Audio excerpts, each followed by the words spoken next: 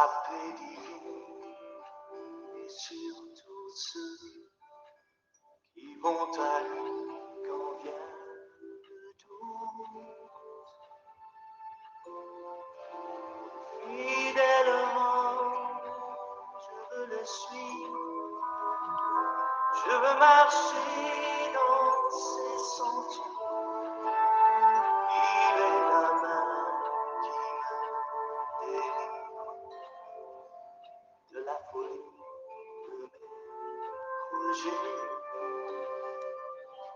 Fidèlement, je vais le suivre et marcher dans ses sentiers. Alléluia. Peuple de Dieu, bien-aimés frères et sœurs, shalom.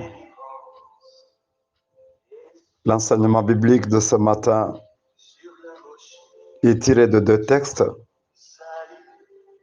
dont le premier est le psaume 34, 9, le second 1 Pierre 2, de 2 à 3. Le chantre, le psalmiste nous dit: goûtez et voyez combien le Seigneur est bon. Heureux l'homme qui trouve en lui un abri. Craignez le Seigneur, vous ses saints, car rien ne manque à ceux qui le craignent. Dans la première épître de Pierre, chapitre 2, de 2 à 3, l'apôtre écrit et dit: et comme des enfants nouveau-nés, désirez le lait pur de la parole. Ainsi, grâce à lui, vous grandirez pour le salut. Si du moins, c'est là que nous devons souligner, si du moins vous avez goûté que le Seigneur est bon. Parole du Seigneur.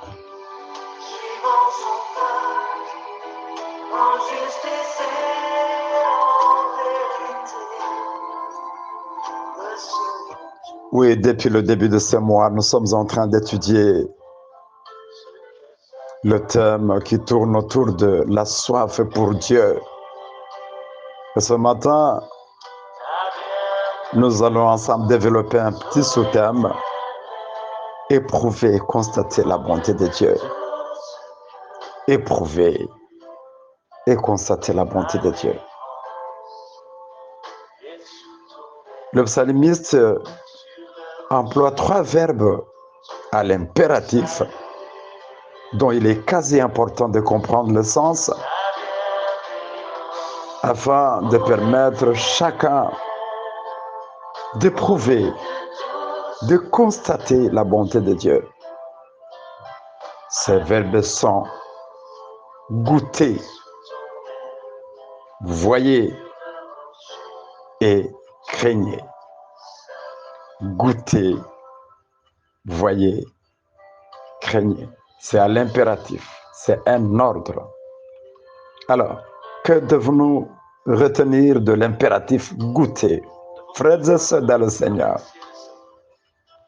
celui ou celle qui s'approche de Christ reçoit de lui de la saveur à sa vie et commence déjà à goûter sa bonté. Je nous assure, la parole de Dieu est comparable à un plat raffiné, un plat qui fait saliver et donne de l'appétit. Étant donné que les bontés de Dieu ne s'épuisent pas et sont comme des mets succulents, un festin royal d'une saveur inégalable, eh bien, les croyants ne devraient pas s'éloigner de la table autour de laquelle le Seigneur l'invite pour le repas. Oui, un exemple concret, nous le lisons dans le texte de 2 Samuel 9, de 6-7. Lisons. 2 Samuel 9, de 6 à 7. Méphibosheth, fils de Jonathan, fils de Saül, vint auprès de David et tomba face contre terre, prosterné. David dit, Mephibosheth. Il répondit, je suis là pour te servir. David lui dit, n'aie pas peur, je vais agir avec fidélité envers toi à cause de Jonathan ton père. Je te rendrai toutes les terres de Saoul ton père et tu mangeras constamment à ma table. Ce qui m'intéresse dans ce texte, c'est le profil de deux personnages, David et Mephibosheth. Si vous continuez tout le texte de 2 Samuel 9, vous allez comprendre que Mephibosheth est un infirme qui ne mérite même pas se présenter dans la cour du roi David. Mais lorsqu'ils sont face à face, David lui dit, tu mangeras constamment à ma table. C'est ce qui m'intéresse. Frères et sœurs, cette rencontre entre le roi David et cet infirme Mephibosheth est l'image de comment Dieu nous traite avec bienveillance lorsque nous avons soif de lui, de goûter et d'éprouver sa bonté. Autrement dit, lorsque nous nous approchons de lui, il nous traite avec tant d'honneur malgré notre nature humaine. David a reçu un invité spécial et il lui a promis qu'il mangera toujours à sa table. S'il a posé un tel geste en sa qualité d'un être humain, à combien plus forte raison notre Seigneur Jésus-Christ ne le fera-t-il pas pour nous? Sentons-nous du goût pour sa parole ou en sommes-nous dégoûtés?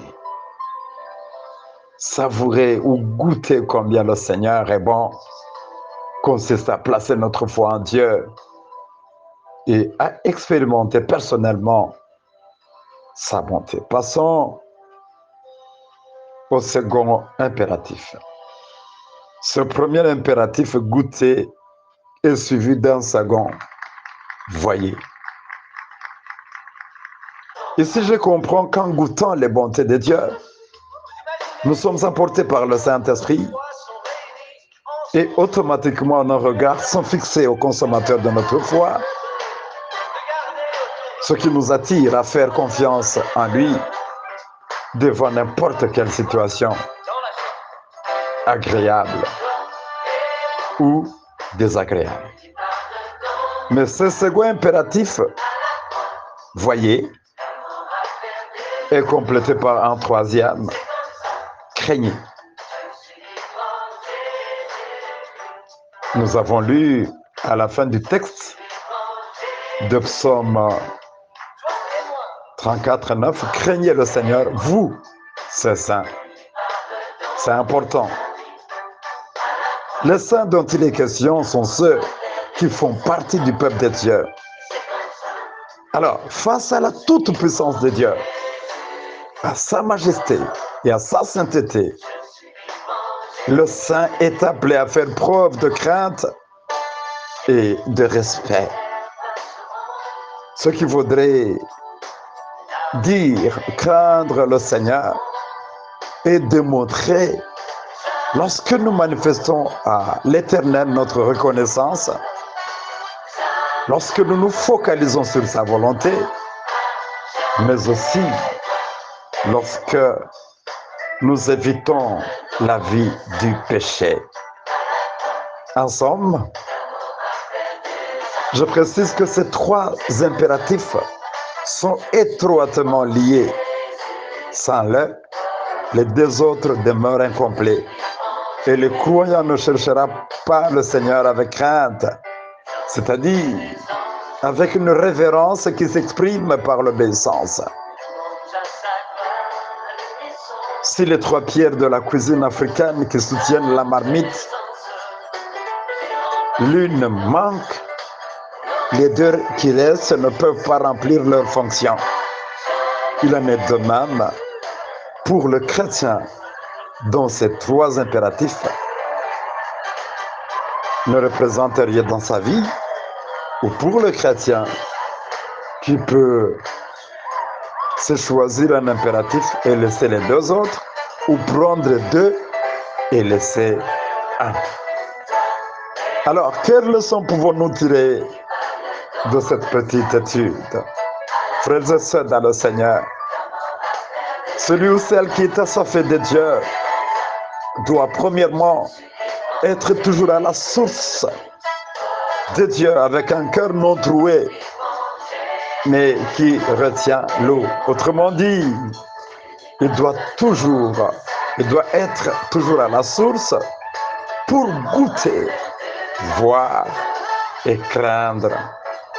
Goûter la bonté de Dieu, la savourer, voir combien Dieu est bon, mais aussi marcher dans la crainte. Et de deux, il doit lire et méditer la parole de Dieu sans cesse, en la considérant comme un mets succulent d'une saveur inégalable. Et de trois, il doit répondre à l'invitation du roi des rois et prendre place avec lui autour de sa table. Et quatre, il doit être emporté par le Saint-Esprit, ses regards de la foi fixés à Dieu à tout moment. Et cinq, au même moment, goûter et voir combien l'Éternel est bon. Il faut qu'il puisse ajouter la crainte de Dieu. Frères et sœurs, le christianisme actuel est en train d'évoluer à pas de tortue, ou si vous voulez, de boiteux, parce que le chrétien n'a pas véritablement pris goût de Dieu. Il n'est pas assoiffé de Dieu, mais plutôt des choses inutiles et éphémères. Vous qui suivez cet enseignement, et moi-même, allons vers Dieu. Goûtons sa bonté. Savourons sa bonté. Voyons combien notre Dieu est bon et marchons dans sa crainte. Soyez bénis au nom de Jésus-Christ.